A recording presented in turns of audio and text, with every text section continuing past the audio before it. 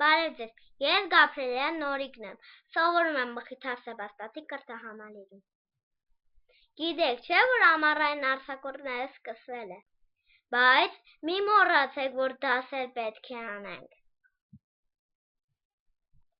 Բայց որ չեմ կարողանում գրել, ես գիրք կկարդամ։ Ես որոշեցի կարդալ այս գիրքը։ Գիտեք, որ Վինի Փուհ արջուկը գրել է Արամ Վիլնը։ Այս վեպը ստեղծվել է 1926 թվականում Լոնդոնում։ Գիտեք, որ Վինի Փուհ արջուկը շատ սիրված է, ես էլ եմ իրան սիրում։ Քրիստոֆոր Ռոբին միակ մարդն էր։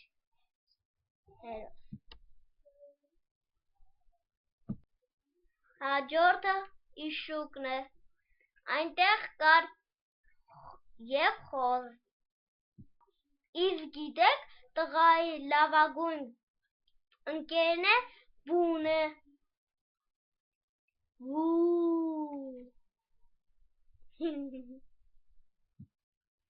Այնտեղ կար կենգուրու իրա ձագուկի հետ։ Դե Վինի Փուհն էլ գլխավոր դերերում էր։